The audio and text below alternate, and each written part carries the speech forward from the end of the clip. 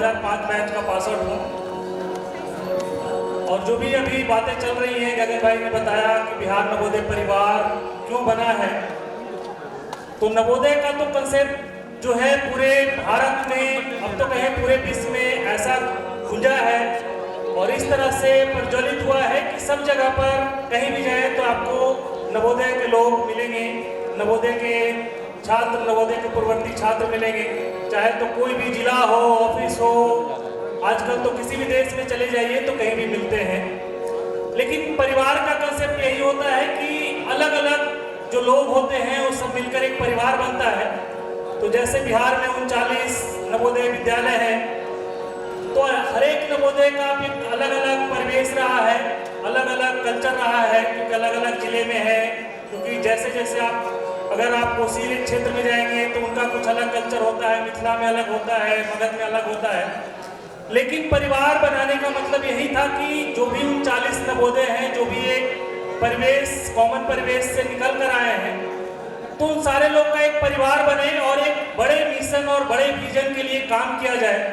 क्योंकि जब नवोदय विद्यालय की स्थापना की थी राजीव गांधी ने, तो यही सोचकर किया था कि ग्रामीण परिवेश से जो बच्चे आएंगे, जो भी बच्चे मेरिटोरियस बच्चे हैं बट जिनके पास संसाधन नहीं है, तो अगर वो नवोदय जैसे स्कूल में जाने के बाद समाज के लिए, देश के लिए कुछ अच्छा कर सकें। और पूरे जिले से हम लोग हर एक स्कूल में हर एक साल 80 बच्चे चुनकर जाते हैं, तो हम लोग का कर्तव्य भी बनता है कि जिस संसाधन में जो समाज से निकल कर आया है, जो सरकार से मिला है, उस संसाधन से निकलने के बाद हम लोग समाज के लिए कुछ अच्छा कर सकें, कुछ इस तरह से कर सके कि एक समाज के लिए मिसाल बन सके, कि लोग बोल सके कि भाई देखो ये नवोदय से निकल कर आया है और समाज के लिए, देश के लिए कितना अच्छा काम कर रहा है, और एक दूसरे के लिए हम लोग प्रेरणा का स्रोत बन सके।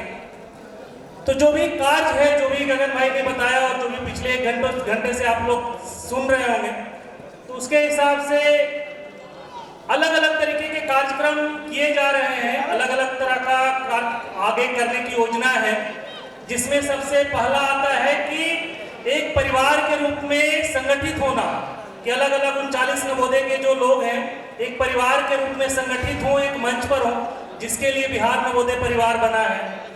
और उस संगठन से अलग अलग तरीके की चीज़ों को समाज के फायदे के लिए, समाज के बेहतरी के लिए कुछ काम कर सकें। जो हमारे जूनियर्स हैं, जो भी नवोदय में पढ़ रहे हैं, उनके लिए कुछ अच्छा कर सके, कैरियर काउंसलिंग हो, मेडिकल हेल्प हो, अलग अलग तरीके के कार्यक्रम कर सकें।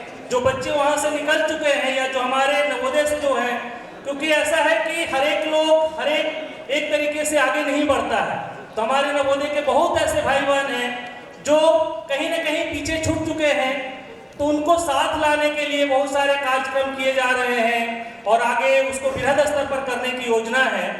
जैसे जॉब, पिछले बार जॉब फेयर किया गया, जिसमें लगभग 168 लोगों को प्लेसमेंट दी गई अलग अलग कंपनी में, जो भी उनका स्किल्स था, जो भी उनका क्वालिफिकेशंस था, उसके हिसाब से।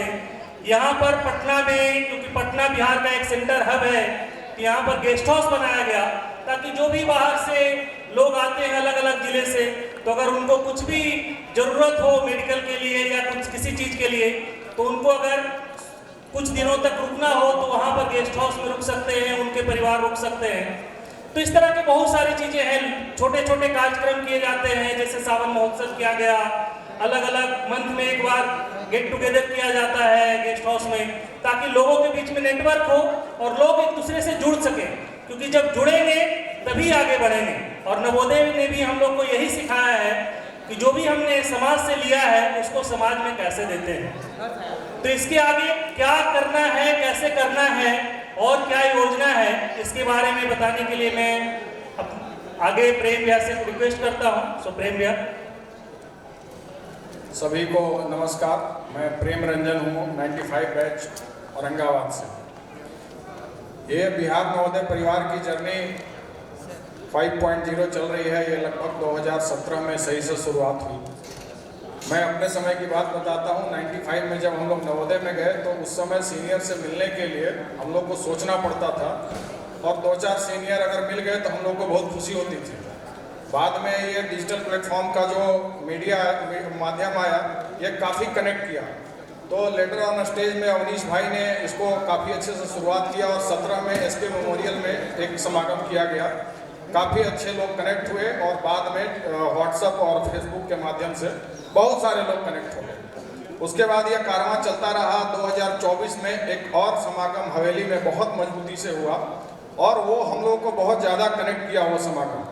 और उस समागम के बाद हम लोगों को ये लगा कि ये समागम के अलावा भी बहुत सारे प्रोग्राम जो ज़रूरत है छोटे छोटे स्तर पे होते रहना चाहिए। काफ़ी लोग कनेक्टेड हैं। व्हाट्सएप पे 16-17 ग्रुप है ऑलमोस्ट, और जिसमें मतलब 16-17 हज़ार लोग आपस में कनेक्टेड हैं। बट ये जो फिजिकल प्रेजेंस की बात है तो थोड़ा आज हम लोग कम फील कर रहे हैं इसको, क्योंकि 2024 में जो समागम हुआ काफ़ी भीड़ थी उसमें, गांधी मैदान में भी बहुत ज़्यादा भीड़ था और अब धीरे धीरे लोग व्हाट्सएप के माध्यम से सैचुरेट हो रहे हैं। तो हम लोग इसको ये फील कर रहे हैं कि लोग कनेक्ट हो गए हैं। हालांकि 1 लाख से ज़्यादा नवोदयंस हम लोग अभी बिहार में अलमुनाई निकल गए हैं, स्कूल से पास आउट हो गए हैं। तो अभी बहुत सारे लोगों को कनेक्ट करना बाकी है। ये समागम इसलिए किया जाता है कि नए लोग आपस में कनेक्ट हो सकें, एक दूसरे को जान सकें। और ये प्रोग्राम जो है सो आपस में एक दूसरे को कनेक्ट करने में सफल रहा है पूर्व के वर्षों में और आगे भी सफल रहेगा। हम लोग का जो जर्नी था ये स्टार्ट हुआ कि आपस में कनेक्ट करें, एक दूसरे को फायदा करें, लाभ करें। ब्लड डोनेशन जो चल रहा है ये सब छोटे मोटे कार्यक्रम हैं। इसके अलावा हम लोगों को लाइवलीहुड के लिए भी प्रोग्राम हम लोगों ने प्रोग्राम किया है, एंटरप्रेन्योरशिप में प्रोग्राम किया है। पिछले साल हम लोगों ने ये कहा था कि जॉब फेयर करेंगे, हम लोगों ने जॉब फेयर किया, 168 लोग प्लेस्ड हुए थे। उसके आगे हम लोग कंटिन्यू करेंगे। अभी इसलिए हम लोगों ने उसको बड़े लेवल पे नहीं किया है क्योंकि हम लोग खुद भी एक्सपीरियंस ले रहे थे, आपस में कनेक्ट हो रहे थे, एक्सपीरियंस ले रहे थे। तो अभी बहुत सारा प्रोग्राम हम लोग छोटा छोटा पार्ट में करेंगे आपस में कनेक्शन रखने के लिए। अभी क्या है कि जो जर्नी हम लोग स्टार्ट किए थे वो जर्नी जाके खत्म होती है कहीं ना कहीं। मिथिलेश मिश्रा भैया ने कहा कि उद्यमिता की ओर जाके ये समाप्त होती है। तो हम लोग इस साल का जो थीम लिए थे कि वो उद्यमिता को समर्पित होगा, मतलब इंटरप्राइजेस स्टार्टअप को सपोर्ट करेंगे हम लोग। तो आगे आने वाले दिनों में हम लोग जॉब फेयर, स्टार्टअप को सपोर्ट, ब्लड डोनेशन एक कंटिन्यूअस कार्यक्रम है। मेडिकल हेल्थ सपोर्ट में हमारे सभी नवोदय डॉक्टर्स का काफ़ी सपोर्ट रहता है और ब्लड डोनेशन आज भी लगा हुआ है। तो ब्लड में हम लोगों ने देखा है कि हम लोगों ने जीवन प्रदान किया है कई बार। मैं आंखों से बता रहा हूँ, कल बीते 2-3 दिनों की पहले की घटना है। एक हमारे ही स्कूल के लोग भर्ती हुए, उनकी वाइफ थी भर्ती थी और वो रात में बताया कि भैया 6 यूनिट ब्लड मांग रहा है यहाँ पे हॉस्पिटल में। आया वो, हम लोगों ने कनेक्ट किया उसको, हम लोगों ने ब्लड दिया। बाद में वो कल बोला भैया आपको बहुत थैंक्स। मैंने पूछा पेशेंट का क्या हुआ, बोले पेशेंट लॉस्ट कर गया। हालांकि हम लोग अपने पार्ट से काम किया लेकिन उनके पेशेंट लॉस्ट कर गए, लेकिन ये मतलब नहीं है कि हम लोगों ने उनको सपोर्ट नहीं किया। हमने बोला था और भी सपोर्ट की जरूरत होगा।